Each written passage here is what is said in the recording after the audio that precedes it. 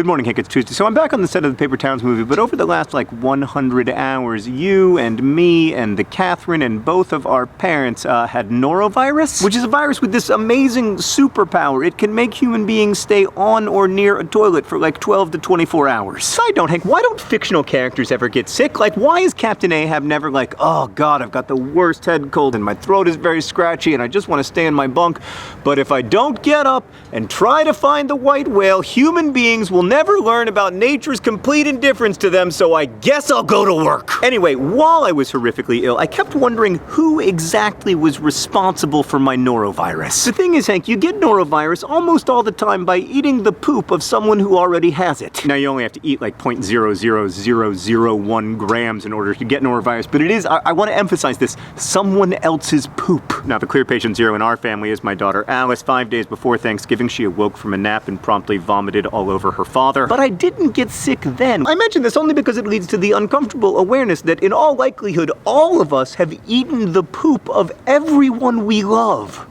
I guess except that if it's an internet relationship. Man, internet friendships are the best. The next time someone says to me oh, your internet friendships aren't real, I'll be listen, if your construction of reality involves necessarily eating poop, then I'm going to stay right here in my land of fiction. Anyway, this poop eating business is great stuff to think about when you're already extremely queasy from norovirus. But the other thing I kept thinking is that my beautiful 1-year-old daughter, whose poop had started this whole Thanksgiving family catastrophe, was going to be okay. Norovirus is almost never fatal in kids in the US, but around the world it causes more than 200,000 child deaths per year. And most of those kids die for want of clean water and oral rehydration solution that costs 50 cents. Alice got Pedialyte. That's the only difference between haha, what a funny Thanksgiving family story and the greatest personal disaster I can imagine. And whatever Alice grows up to do, whatever any of us grow up to do, let's remember all those times that everything rested on 50 cents of Pedialyte or refrigerated penicillin or access to clean water. Now, of course, the actual process of getting oral rehydration solutions to the kids who need it is, like everything in global health and poverty,